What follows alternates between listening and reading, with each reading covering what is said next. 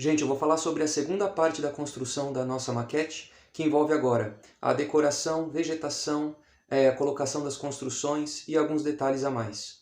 Dá uma olhadinha aí.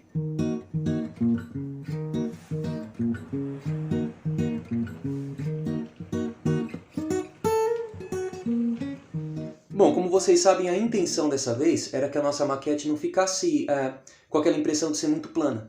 Então a gente abusou do relevo. A primeira coisa que verticalizava, vamos dizer assim, o nosso layout é o viaduto.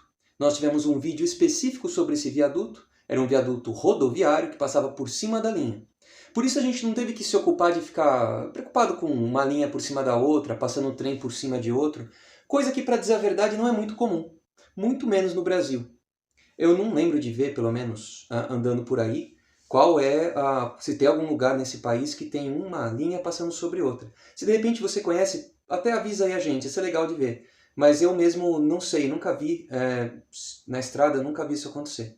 Bom, seja como for, a gente tem aqui a nossa intenção foi verticalizar. O que eu quero dizer com isso? Deixar a nossa maquete com uma impressão mais tridimensional.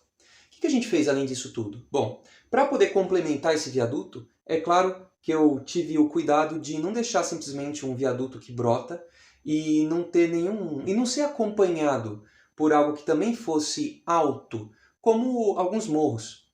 É claro que é possível, e dá para você ter uma maquete que é plana e só colocar um viaduto. Já vai dar uma cara muito legal. Mas eu achei que, do ponto de vista de, eu não sei, será que design? Enfim, ia ficar mais legal se a gente tivesse o resto da maquete concordando com aquilo.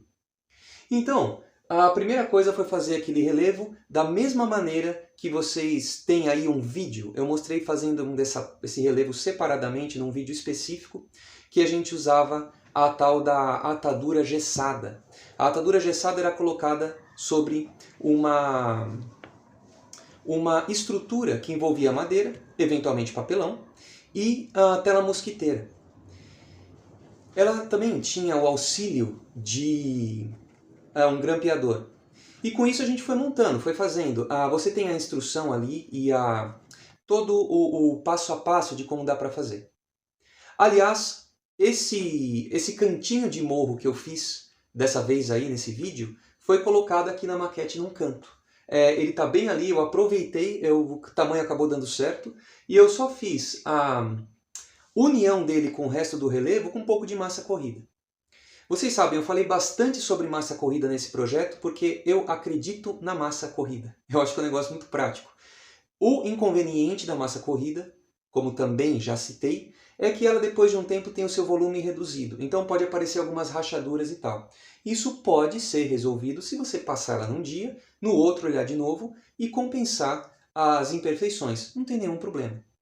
Bom, a nossa pintura de relevo foi feita de um jeito que você vai acompanhar aí na sequência. Já vou avisar como é que vai ser. A gente vai fazer a pintura e logo na sequência já vai colocar um pouco do que seria uma grama muito simples. Eu não estou usando grama estática nem nada, mas estou usando a boa e velha serragem. É claro, fica a seu critério. Eu gosto da serragem pelo menos no começo. É claro que talvez um dia eu pense em outro tipo de grama para cá, mas eu preferi ainda manter esse sistema mais tradicional. Eu me inspiro muito em projetos antigos e eu gosto da cara das maquetes antigas, por mais que a gente tenha menos realismo às vezes. E é um recurso que para mim não fica ruim, e eu ainda acho que vale a pena usar. Além dessa serragem que imita uma grama, a gente também usou eu sempre gosto de usar uma vegetação que é mais volumosa. Alguma coisa eu coloco. Da última vez eu fiz uma espécie de grânulos não. Eu fiz flocos, isso. A gente fez flocos maiores com espuma. Espuma qualquer que você compra para encher almofada e tal. Eu bati no liquidificador, com água. Tem que ser com água, senão ela não vai bater. E depois eu passei um corante verde. Funciona, mas ela não fica tão legal se os pedaços ficarem grandes. Tem que ficar pequenininhos. Dessa vez, no entanto, para essa maquete, eu comprei uma coisa que é muito parecida. Só que o legal é que os flocos vêm menores e eles vêm unidos em pedaços grandes ao mesmo tempo. Então você tem como que arbustos prontos. Os grãos são pequenos, mas eles vêm unidos muitas vezes. Tem partes maiores, partes menores. e a gente vai colocando aleatoriamente sobre a maquete. O que é legal disso é que a gente pode fazer sem nenhuma... não precisa nem ter muito cuidado. Você vai aplicando cola branca normal, sem diluir, porque senão não vai agarrar nas partes mais verticais. E aí você vai colocando esses flocos. Tem aí para você a imagem, já passou ou está passando, de qual que é a marca. É simplesmente colocar lá de repente no Mercado Livre, vegetação para maquete. A gente vai encontrar esses flocos de espuma. Tem de mais de uma marca e, como eu disse, dá para você fazer em casa, não é um grande problema. Bom, mas tem uma coisa que, na minha opinião, é como que um segredo, vamos dizer assim. É uma coisa que a gente descobriu fazendo aqui, eu não sei se alguém também faz isso, então, na verdade, não é segredo nenhum, é só uma coisa que a gente sacou. Sobre esses flocos, colocar serragem, a mesma serragem. Só que colocar cola por cima de novo, quer dizer, colocar com conta-gotas, por exemplo, e aplicar serragem. Por quê? Porque aí vai ficar mais delicado o trabalho. Vai parecer um arbusto que efetivamente tem folhas. E vai parecer uma vegetação que tem tem aquela parte miúda. Quer dizer, vegetação não é um grande bloco verde que você vê, mas sim algo que tem bastante detalhe na vida real. E a gente vai tentando sempre reproduzir naturalmente. Então, isso foi uma das coisas que eu tomei cuidado de tentar fazer. Por isso, depois da aplicação com cola branca, eu coloquei aí sim cola diluída com conta-gotas por cima. E com isso, a gente colocou a serragem. Isso deu uma cara muito legal, pelo menos melhora bastante o aspecto, e para mim, enfim, eu fico satisfeito. Do ponto de vista de construções, a gente colocou muitas que já estavam aqui. Eu só adquiri uma coisa nova que você tem, cujo unboxing você tem num dos últimos vídeos que foram colocados no canal. Que é esse negócio aqui, esse terminal de containers. Esse negócio é muito bacana porque permite que a gente use... eu tenho vontade de usar um double stack aqui, em algum momento eu vou arrumar um desses. E também dá para usar alguns vagões mais antigos que sejam prancha, que carregassem containers. Isso não é uma coisa tão recente assim. Os trens carregavam containers um tempo atrás e dá para você usar composições, até onde eu sei, não é nenhum problema usar uma composição da rede ou da FEPASA com containers, tá? Então é uma coisa bacana de fazer. Essa estrutura foi comprada, mas eu fico até pensando, de repente alguém aí tem uma ideia de tentar construir algo com materiais caseiros. Pô, eu acho que seria bem legal a gente pensar.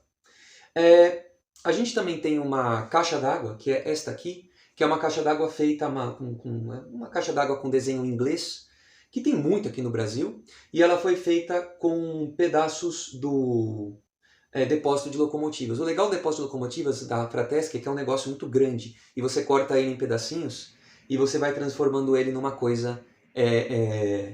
se transforma no que você quiser, você vai picotando, você pode fazer uma casa com ele, você pode fazer um depósito de qualquer coisa, você pode fazer estação, como a estaçãozinha, que também está aqui, que eu vou mostrar, beleza? Então você tem possibilidades. A caixa d'água em cima, naturalmente tem a caixa d'água em si, é uma construção que tem a caixa d'água em cima, é assim que é o padrão desse tipo de coisa, quando não é a caixa d'água mais moderna. E aí como é que funciona? Ela tem os tijolinhos tal, é aquela construção, parece uma casinha, e em cima eu fiz com pedaços de madeira, chapas de madeira, pedaço de tábua na verdade, e eu passei massa corrida por cima, de novo a massa corrida, que você dá o formato que você quer. Depois foi basicamente pintar com tinta cinza. Eu dei alguns arremates com madeira balsa e tudo, mas não é nada além disso. Foi uma coisa que eu resolvi em 2, 3 horas numa tarde aí, incluindo o tempo de esperar secar. Faz tempo que eu fiz, mas eu continuo usando, colocando, eu consegui arrancar da maquete anterior e colocar nessa. A gente também tem uma construção da Haussmann, que eu tinha falado antes, mas não é a que eu tinha falado, a construção em si. Eu falei da marca, né, numa estação. Aqui é a capatazia, que é um lugar onde ficam funcionários e serve de depósito de armazém. Quando você tem um trabalho não é uma estrutura que vai ficar ali para sempre, mas é uma estrutura provisória. Isso é um trabalho que acontece durante um certo tempo numa parte da linha, funcionários que vão mexer, ou funcionários de construção civil, de algo que esteja sendo feito numa parte da maquete, né? Imaginando, você coloca essa capatazia, que é uma construção relativamente barata, e fica muito legal. Eu tinha pintado ela nas cores, só para combinar, porque não tem muito sentido associar com ferrovia, enquanto uma construção da ferrovia. Mas para combinar, eu tinha pintado com as cores da segunda fase da rede ferroviária. Então ela está aí para vocês olharem também. Além disso, tem uma fábrica. É uma fábrica que é uma construção cuja marca eu não sei. Se você souber, por favor, dá uma olhadinha, tenta encontrar aí. Aliás, se você já tiver essa construção, diz pra gente o nome, porque eu infelizmente não sei, mas eu gosto muito dela. Ela é uma construção em HO mesmo, bem bonitinha. E eu coloquei junto dela dois tambores grandões, dois tanques de óleo ou alguma coisa assim, para poder imitar uma fábrica, talvez de produto químico, alguma coisa assim. E eu pintei esses tambores que são feitos de aquelas bisnaguinhas de corante xadrez, ou corante coral, que a gente coloca, né, na tinta branca para poder fazer todas as cores que a gente quer. É o que eu mais faço aqui. Então ele simplesmente adaptei uma mangueirinha que é feita, na verdade, não é uma mangueirinha, não é uma tubulação, mas é feito de palito de churrasco. E eu pintei depois com spray prateado, só isso, tá? E aí coloquei do lado, deu uma cara legal. Essa construção, que é uma fabriquinha, originalmente está aí, né? E foi o que nós fizemos. Tem alambrados aqui também que foram comprados. É uma construção que você. É um kit, não é um kit, né? É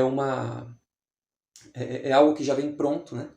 Mas o pessoal diz por aí que dá pra gente fazer também com tela mosquiteira ou tela metálica e fazer a estrutura com arame. Se você está acostumado a mexer com solda, pode ser uma boa, né? E para além disso, não tem nada, não tem tanto espaço para colocar muito mais coisa. Tem o chupim para transferência de grãos, que a gente colocou aí num vídeo anterior também. E de resto é isso. O que tem de especial nessa maquete, não sei se eu vou chamar de especial, mas também tem vídeo dedicado a isso, são esses acionadores de desvios. Tem um aqui que dá para você ver, que são manuais. Então dá para você ver que simplesmente é uma haste ligada ao desvio. Eu achei legal fazer desse jeito, porque simplifica a parte elétrica da maquete. Não que seja difícil, mas é muito comum depois de um tempo começar a dar problema nos acionadores de desvios automáticos da Fratesc, aqueles que são elétricos. Então eu já preferi fazer logo, já que tem pouco desvio. E eles estão todos na frente da maquete, fazer um acionador manual. Então é uma possibilidade. Tem dois desvios só. É um pátio extremamente simples e a gente tem essa brincadeira aí de fazer desse jeito. Esse acionador eu disfarcei com vegetação e pronto. Certo? Você vai ficar com mais imagens da maquete aí, com o trem passando e valeu!